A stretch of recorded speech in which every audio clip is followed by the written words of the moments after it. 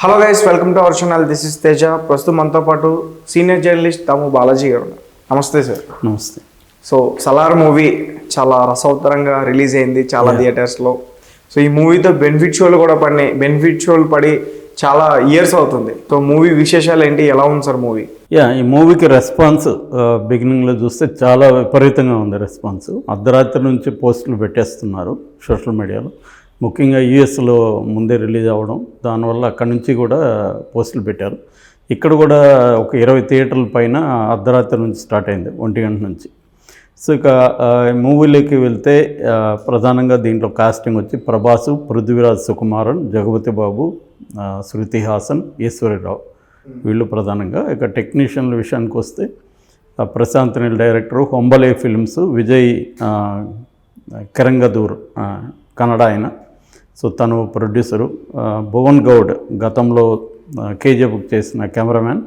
తర్వాత రవి బస్రూర్, తను కూడా కేజీఎఫ్కి మ్యూజిక్ చేశాడు. సో సేమ్ టీంని తీసుకున్నాడు. ఇక కథ విషయానికి వస్తే అస్సాంలో ఒక బొగ్గు గనుల్లో ప్రభాస్ పనిచేస్తుంటాడు. వాళ్ళమ్మ అక్కడ పిల్లలకి పాఠాలు చెప్తూ ఉంటుంది. అతను సైలెంట్గా నిశ్శబ్దంగా ఉంటాడు. వాళ్ళమ్మ కూడా ఎలాగంటే తను పొరపాటున ప్లాస్టిక్ నైఫ్ను పట్టుకున్నా కూడా టెన్షన్ పడిపోయి దాన్ని తీసేస్తుంటుంది. ఒక కంగారు అలా ఉంటుంది అనమాట. అంటే ఒక అండర్ డాగ్ క్యారెక్టర్ లాగా ఉంటుంది ప్రభాస్ది. కాకపోతే మనకు అర్థమవుతూ ఉంటుంది ఏదో ఉంది అన్నట్టుగా ఉంటుంది అనమాట. సో ఆ టైంలో ఆద్య అనే అమ్మాయి, ఆద్య అంటే శృతి హాసన్, అమెరికాలో వాళ్ళ నాన్నకి చెప్పకుండా ఇండియాకి వచ్చేస్తుంది. తను అస్సాంలో కిడ్నాప్కి గురవుతుంది. ఆ కిడ్నాప్ నుంచి ప్రభాస్ ఎలా కాపాడి తన దగ్గరికి ఎలా పిలిపించుకున్నాడు అనేది అక్కడ చూపిస్తారు. దాని తర్వాత 25 ఏళ్ల తర్వాత తన చిన్ననాటి ఫ్రెండు మన్నార్, వరద మన్నార్ అంటారు అతను, పూర్తి పేరు వరదరాజ మన్నార్, అతను వెతుక్కుంటా వస్తాడు. ఈ కాన్సార్ అనే ఒక సామ్రాజ్యం ఉంటుంది. ఆ కాన్సార్లో అనేక కుట్రలు జరుగుతాయి. వీళ్ళ నాన్న రాజమన్నారు, జగపతి బాబు క్యారెక్టర్. సో తను బయటికి ఒక పని మీద వెళ్తాడు.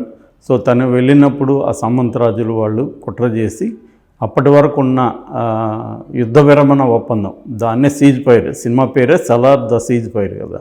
సీజ్ ఫైర్ అంటే యుద్ధం చేయకుండా ఉండడానికి ఒక ఒప్పందం ఉంటుంది. ఆ ఒప్పందం రద్దు కోసం ఓటింగ్ జరుగుతుంది. సో ఆ క్రమంలో ఇతను వచ్చి తన హెల్ప్ అడుగుతాడు. తను వెళ్ళి ఎలా తన సమస్యని తీర్చాడు అనేది బేసిక్గా కథగా మనం కథగా చెప్పుకుంటే. అయితే దీన్ని స్క్రీన్ ప్లే ఇంట్రెస్టింగ్గా చేశాడు. తనకి స్క్రీన్ ప్లే మీద మంచి పట్టుంది. మనం ఉగ్రంలో కానీ కేజీఎఫ్లో కానీ చూడొచ్చు. దీంట్లో కూడా స్క్రీన్ ప్లే ఇంట్రెస్టింగ్ తీశాడు. ముఖ్యంగా పిల్లల కిడ్స్ ఇంట్రడక్షన్ సీన్ కానీ, ప్రభాస్ ఇంట్రడక్షన్ సీన్ కానీ అదిరిపోయినాయి. దాని తర్వాత ఎస్టాబ్లిష్ చేయడానికి టైం తీసుకున్నాడు. ఒక 45 నిమిషాల పాటు కథ కొద్దిగా స్లోగా నడుస్తూ ఉంటుంది. మళ్ళీ ప్రీ ఇంటర్వల్ నుంచి ఒక ఫుల్ బ్యాంగ్లోకి వెళ్ళిపోతుంది, ఫుల్ యాక్షన్ సీక్వెన్స్లోకి వెళ్ళిపోతుంది. ఇంక ఇంటర్వల్ అయితే అల్టిమేట్, దాదాపు 15 to 20 మినిట్స్ ఉంటుంది ఇంటర్వల్ బ్లాక్ ఫైట్ సీక్వెన్సెస్. ఆ యాక్షన్ సీక్వెన్సెస్ అయితే అల్టిమేట్ ఉన్నాయన్నమాట. ఇంటర్వల్ అయితే గూస్ బంప్స్ అందరికీ. సో ఈ 45 మినిట్స్లోని కూడా అందరూ మర్చిపోతారు. తర్వాత ఫస్ట్ హాఫ్ అయితే కంప్లీట్గా చాలా బాగుందని చెప్పచ్చు ఓవరాల్గా. ఇక సెకండ్ హాఫ్లోకి వెళ్తే సెకండ్ హాఫ్ మిక్స్డ్ ఫీలింగ్ వస్తుంది. ఎందుకంటే సెకండ్ హాఫ్లో కాన్సారా సామ్రాజ్యానికి సంబంధించి ఎక్స్ప్లెయిన్ చేయడం మొదలుపెట్టాడు. దానివల్ల ఏంటంటే అనేక ట్రైబ్స్ పేర్లు వస్తూ ఉంటాయి. అవేం మనకి గుర్తుండవు అంతవరకు. శౌర్య పర్వ అనే ట్రైబ్ మాత్రం గుర్తుంటుంది, ఎందుకంటే దాని పేరే సెకండ్ సినిమా సౌరణ్య పర్వ. అదొకటే మనకి ఆ ట్రైబ్ది ఇది గుర్తుంటుంది తప్ప మిగతా ఏవి కన్ఫ్యూజ్ అవుతాం. అయితే అక్కడక్కడ ఫైట్స్ మాత్రం మళ్ళీ ఎక్స్ట్రాడినరీగా ఉన్నాయి సెకండ్ హాఫ్లో కూడా. ముఖ్యంగా ప్రభాస్ని మనం ఫ్యాన్స్ ఎలా చూడాలనుకున్నారో అంతకంటే ఎక్కువగా చూపించాడని చెప్పచ్చు. ముఖ్యంగా ఒక 2 ఫైట్స్ ఉన్నాయి ఓవరాల్ సినిమాలో. 2 అయితే అల్టిమేట్గా తీశాడు. గూస్ బంప్స్ ఖచ్చితంగా వస్తాయి ఎవరికైనా. ఆ 2 ఫైట్స్ కోసమే ఈ సినిమా చూడొచ్చు అన్న ఫీలింగ్ అయితే వస్తుంది, అంత బాగా తీశాడు.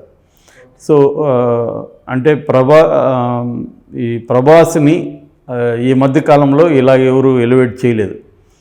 స్లో మోషన్ నడక కానీ మామూలుగానే కేజీఎఫ్లో కూడా మనం చూస్తాం స్లో మోషన్ హీరో ఎలివేషన్స్ ప్రతి 15 మినిట్స్కి ఒక ఎలివేషన్ ఉంటుంది హీరోది. ఆ హీరో ఎలివేషన్ తప్ప సినిమా ఏమీ లేదనే వాళ్ళు కూడా ఉన్నారు.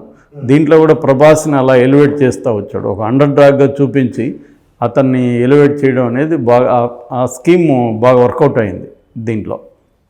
అయితే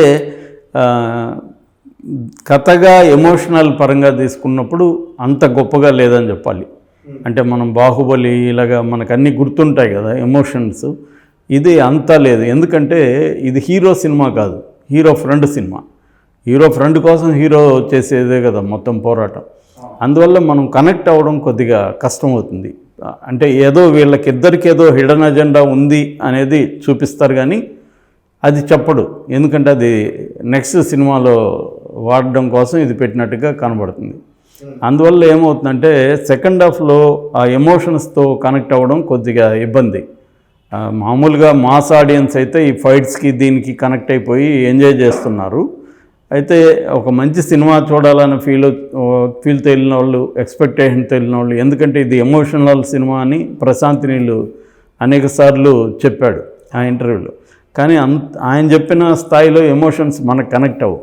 ఎందుకు మేజర్ ప్రాబ్లం ఎక్కడొచ్చిందంటే ప్రభాస్ కథ కాదు ఇది, ప్రభాస్ ఫ్రెండ్ కథ కాబట్టి ప్రభాస్ ఫ్రెండ్ కోసం ప్రభాస్ వెళ్తున్నాడు. సో దానివల్ల మనకి ఇతనితో ఈ హీరో ఎమోషన్తో కనెక్ట్ అవ్వడం కష్టమవుతుంది. సో ఇది బేసిక్గా అంటే సెకండ్ హాఫ్ ఎందుకు ఇంత డీటెయిల్గా అతను చెప్పుకుంటూ వెళ్ళాడంటే నెక్స్ట్ సినిమాకు సెకండ్ పార్ట్ కోసం సెకండ్ హాఫ్ని ఎస్టాబ్లిష్ చేసుకుంటూ వెళ్ళాడు. మామూలుగా మనకి ప్రశాంత్ నీళ్ళలో ఉండే ఇదేంటంటే ఒక ఫిక్చువస్ వరల్డ్ని, ఒక కాల్పనిక ప్రపంచాన్ని క్రియేట్ చేస్తాడు, దాన్ని ఎక్స్ప్లెయిన్ చేసుకుంటూ వెళ్తాడు. దాంట్లో ఉండే రూల్స్ ఏంటి, దాంట్లో ఆ గేమ్ ఎలా ఉంటుంది, ఇవన్నీ చెప్పుకుంటూ వెళ్తాడు. అది దీంట్లో కూడా అదే చేశాడు. అంటే మన కేజీఎఫ్కి దీనికి కూడా చాలా సిమిలారిటీస్ ఉన్నాయి. కేజీఎఫ్లో కూడా తల్లి రోల్ ఉంటుంది ఎక్కువగా, దీంట్లో కూడా తల్లిది ఉంది. కానీ ఇది తల్లి కొడుకుల కథ కాదు ప్రధానంగా ఇప్పటి వరకైతే. సెకండ్ హాఫ్లో ఏదైనా వస్తుందేమో చూడాలి. సో అందువల్ల కొద్దిగా ఎమోషనల్ వీక్ అని చెప్పాలి సినిమా. ఇది కంప్లీట్గా యాక్షన్ సినిమాగా చూసినప్పుడు చాలా గొప్పగా ఉంది, కానీ ఎమోషనల్ పరంగా కొద్దిగా వీక్గా ఉంది. అందుకని ఒక కేజీఎఫ్నో ఒక బాహుబలినో మాత్రం ఎక్స్పెక్ట్ చేసి సినిమాకి వెళ్ళకూడదు. మామూలుగా వెళ్తే మాత్రం డిసప్పాయింట్ కారు. కానీ నాకు వచ్చిన ఫీలింగ్ ఏంటంటే దీన్ని ఇంకొంత ఒక 20 నిమిషాలు కట్ చేసి ఉంటే 3 గంటలు అవసరం లేదు ఈ సినిమాకి, కొంచెం ఇంకా బాగుండేది. ఎందుకంటే అక్కడక్కడ సెకండ్ హాఫ్లో లాగుడు కనబడుతుంది. అట్లాగే క్లైమాక్స్ కూడా ఓల్డ్ కైండ్ ఆఫ్ క్లైమాక్స్, అది కూడా సాగతీతగా కనబడుతుంది. మనం రెగ్యులర్గా సినిమాలు చూసేవాడికి అర్థమైపోతుంది ఏంద్రా ఇది లాగుతున్నాడు మనోడు అని, ఆ టైప్ ఉంది. అయితే యాక్షన్ సీక్వెన్స్లు వీటన్నిటినీ మరిపించేస్తుంది, అది మాత్రం చెప్పచ్చు. చాలామంది ఏమంటున్నారంటే రాజమౌళిని బోయపాటి సీనుని మిక్సీలేసి కుమ్మినట్టు చేశాడు మనోడు అని చెప్తున్నారు. అదైతే ఖచ్చితంగా బాగుంది. ఈ slow motion walk, slow motion episodes అంతా కూడా చాలా బాగున్నాయి. ప్రభాస్ని చూపించింది. ఒక సీన్లో కంప్లీట్గా బేర్ బాడీతో ఉంటాడు ప్రభాస్, అది కూడా ఎక్స్ట్రాడినరీగా చేశారు. అయితే ప్రభాస్ ఎక్స్ప్రెషన్స్ కూడా మనకు పెద్దగా లేవు దీంట్లో. ఎందుకంటే ఇది ప్రభాస్ ఓన్లీ ఫైట్స్కి వాళ్ళ ఫ్రెండ్ కోసం చేస్తున్నాడు కాబట్టి ప్రభాస్కి ఒక ఎమోషనల్ స్టోరీ కానీ ఉండి మనం కనెక్ట్ అయ్యి వేరే రకంగా ఉండేది. సో అట్లాంటివి మిస్ అయినాయి. కానీ ఓవరాల్గా ఇది యాక్షన్ సినిమాగా మాత్రం బ్రహ్మాండంగా ఉందని చెప్పచ్చు. ఇక యాక్టర్స్ పరంగా ప్రభాస్ని పక్కన పెడితే పృథ్వీరాజ్ సుకుమారన్ చాలా బాగా చేశాడు. తర్వాత ఈశ్వరరావు చాలా బాగా చేసింది.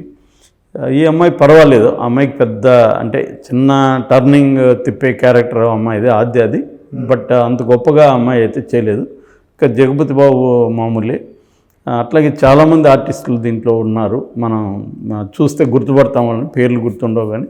సో వాళ్ళందరూ కూడా బాగా చేశారు. అంటే ప్రభాస్ నుంచి ఏమన్నా ఫ్లాష్ బ్యాక్ ఎక్స్పెక్ట్ చేయొచ్చు అంటారా సార్? అదే ఇప్పుడు నెక్స్ట్ సినిమాకి వస్తుంది అంటే వీళ్ళిద్దరికీ ఏదో ఉంది కథ అనేది తెస్తుంది. ఎందుకంటే ఒక ఫ్రెండ్స్గా వెళ్ళి తన ఫ్రెండ్ కోసం తను ఇంత రిస్క్ తీసుకొని అంతమంది ఫైట్ చేసి ఫైనల్గా ఈ ఫ్రెండ్తో ఎందుకు శత్రుత్వం వచ్చింది అని చూపిస్తారా సార్ అంటే తెలుస్తుంది మనకి వీళ్ళిద్దరి ఇది.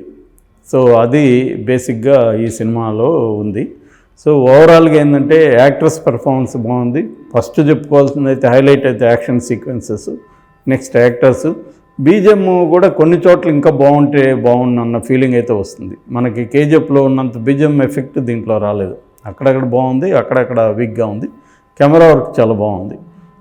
ఇక మైనస్లు చెప్పాలంటే పాటలు గొప్పగా లేవు, రొమాన్స్ లేదు, తర్వాత క్లైమాక్స్ వీక్గా ఉంది, సెకండ్ హాఫ్ కన్ఫ్యూజన్ ఉంది. ఇవి ఇష్యూస్. బట్ హిట్ కావడానికి ఏవి అడ్డంకి అయితే కాదు.